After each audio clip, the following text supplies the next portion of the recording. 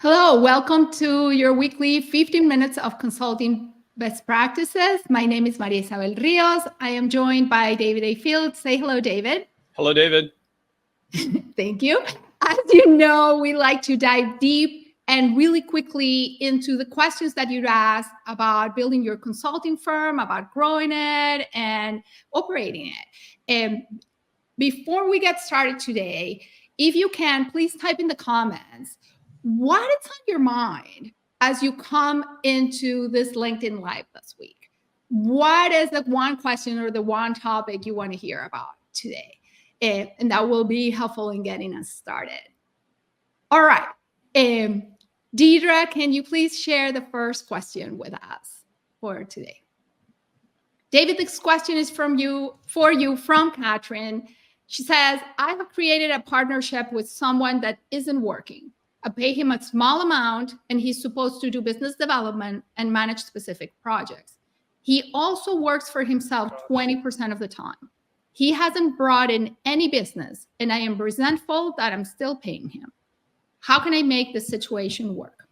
What is your best advice for Catherine, Dave? Oh boy. So that one's kind of a mess. Sorry to say that to Catherine. That whole arrangement just isn't going to work. Here's what we know.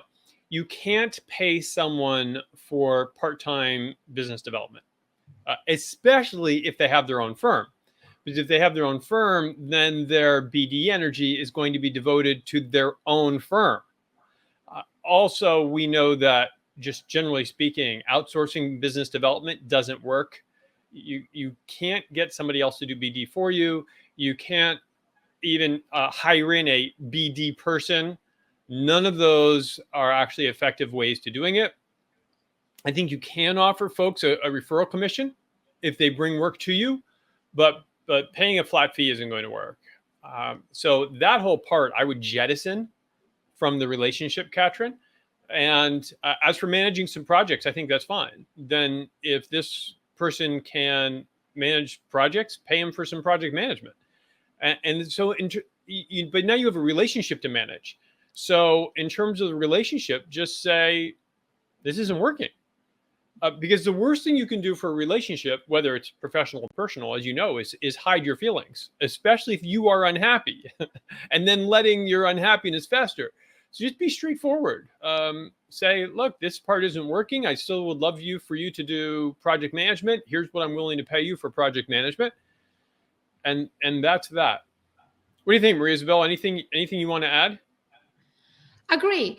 I also think there's an avenue in which Catherine can transition their relationship to the type you just said, look, I know you put a lot of considerable time and effort, hopefully, into developing leads and some business and relationship. This is the commercial agreement we're going to have when those relationships pan out, right? And what's your referral fee and how would that person be compensated?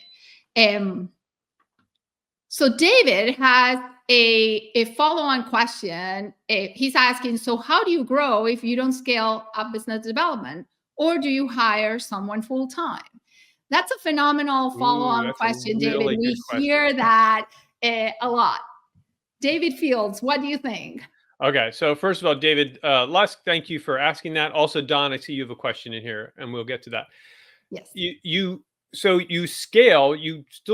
scale BD, though in this case, I think this is a small firm. What we have seen is three really common approaches to trying to scale business development. One is hiring a BD professional. That doesn't work. The second is taking your folks who are coming up in the firm and running a training seminar or something like that. And that doesn't work. And the third is to create incentives. Well, maybe if we just pay our people more for winning business, they'll win business. And that also doesn't work. So do you scale BD? Yes, you do. You have to scale it with internal folks 90% of the time, unless you're literally going to bring in a partner level person. And that comes with a whole host of challenges. You have to build rainmakers, and you build rainmakers over time. We build them usually over about 2 years, 2 to 3 years. Folks who are mid-level, who have potential to get to senior level, we train them over 2 years to win business internally, then bring in new logos, and then step up into leadership if they want to. But there's not a quick fix I know of. Rizabel, do you think that answers David's question or not? Hopefully. I think there's a couple of elements I will add to it. Yeah. One is relentlessly protect and defend your time for business development. Yeah. So whomever is a leader at the firm and has business development responsibilities today, that responsibility deserves the same care, attention, and respect as you would delivery, right? As a client in delivery. So an element of scaling is allowing for that space to exist, even when you're very busy and when you have to focus on growing your firm in other areas or on delivery. Yeah, I agree completely.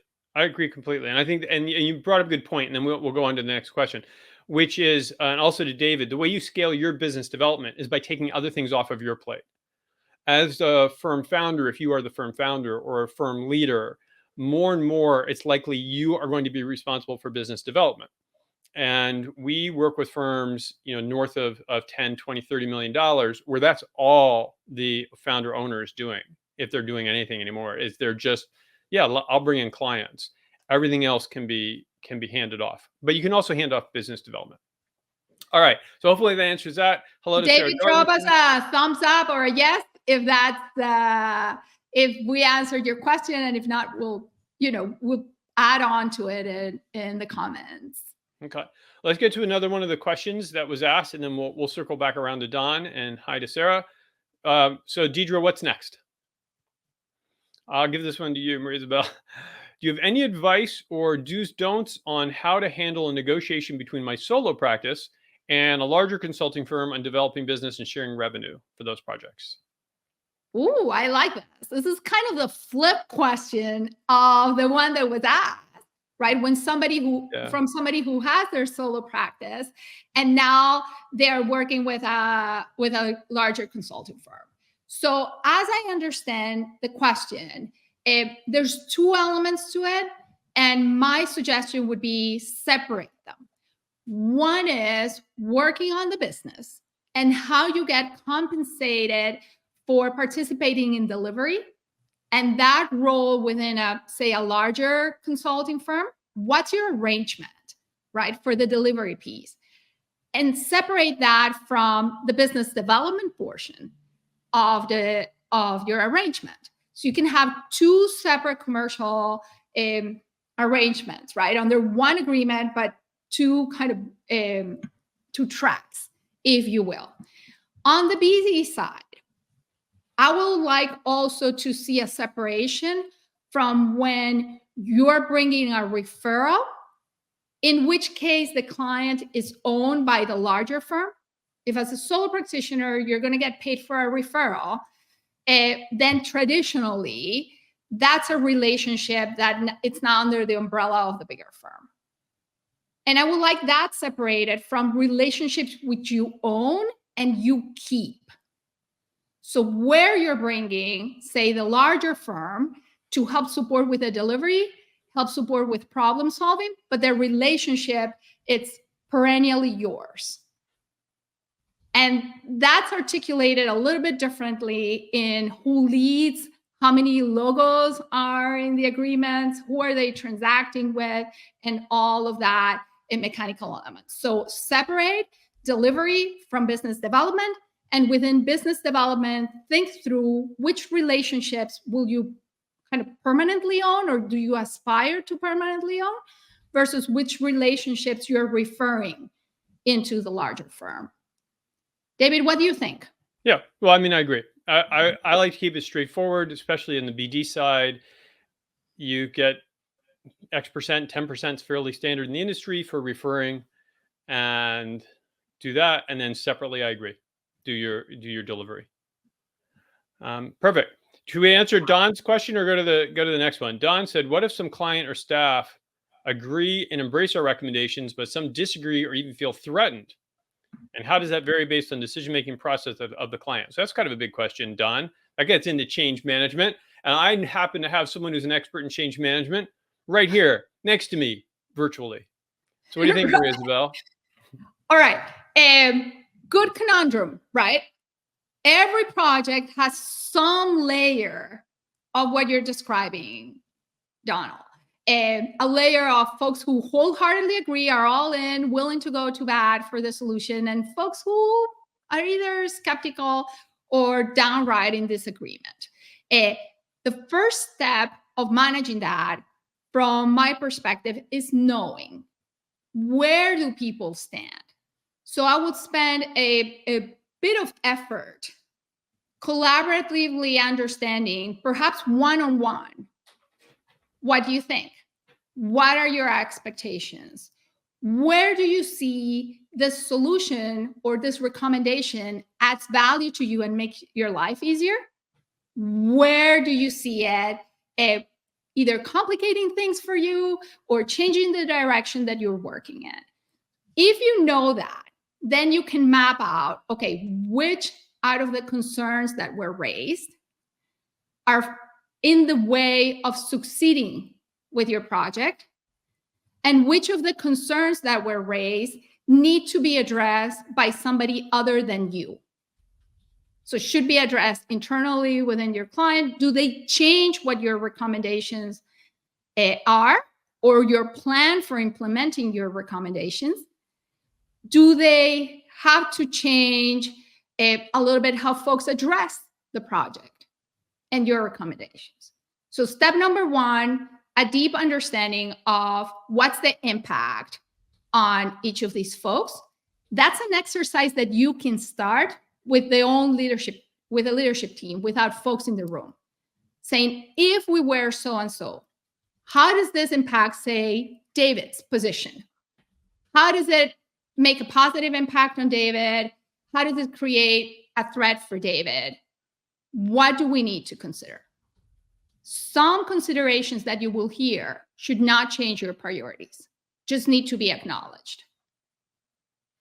Make folks feel heard and understood.